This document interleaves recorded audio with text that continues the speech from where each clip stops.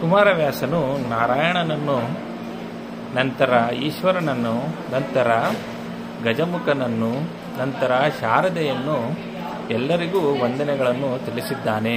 ಈಗ ಶ್ರೀ ಮಹಾಲಕ್ಷ್ಮಿಗೆ ತನ್ನ ವಂದನೆಗಳನ್ನು ತಿಳಿಸುತ್ತಿರುವ ಕವನ. ಶರದಿ ಸುತೆ ಸನಕಾದಿ ವಂದಿತೆ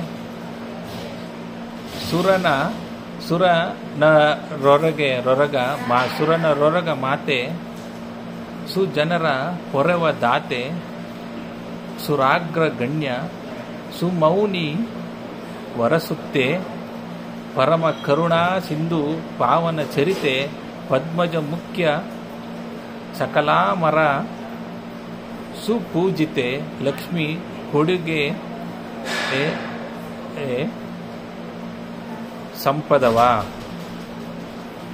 ಇದರ ತಾತ್ಪರ್ಯ, ಕ್ಷೀರಸಾಗರದಿಂದ ಹುಟ್ಟಿದವಳೇ, ಸನಕಾದಿ ಜ್ಞಾನಗಳಿಂದ ವಂದಿತಳೋ, ದೇವತೆಗಳು, ಮನುಷ್ಯರು ಮತ್ತು ನಾಗರ ತಾಯಿಯೋ, ಸಜ್ಜನರಿಗೆ ಯೋಗಕ್ಷೇಮಗಳನ್ನು ಕೊಟ್ಟು ಕಾಪಾಡುವವಳೋ, ದೇವತಾ ಪ್ರಮುಖರು ಮತ್ತು ಮುನಿಗಳಿಂದ ಸ್ತುತಿಸಲ್ಪಡುವವಳೋ, ಕರುಣೆಯ ಮಹಾಸಮುದ್ರದೊಳು ಪಾವನ ಚರಿತ್ರಳೋ, ಬ್ರಹ್ಮಾದಿಗಳಿಂದ ಪೂಜಿಸಲ್ಪಡುವವಳೋ ಆದ ಶ್ರೀ ಮಹಾಲಕ್ಷ್ಮಿಯು ನಮಗೆ ಹೆಚ್ಚಿನ ಸಂಪತ್ತನ್ನು ಕೊಡಲಿ ಎಂದು, ಜ್ಞಾನ ಸಂಪತ್ತನ್ನು ಕೊಡಲಿ ಎಂದು ಶ್ರೀ ಲಕ್ಷ್ಮಿಯನ್ನು ನಮಸ್ಕರಿಸುತ್ತಿರುವ ಕುಮಾರವ್ಯಾಸನು. ಧನ್ಯವಾದಗಳು.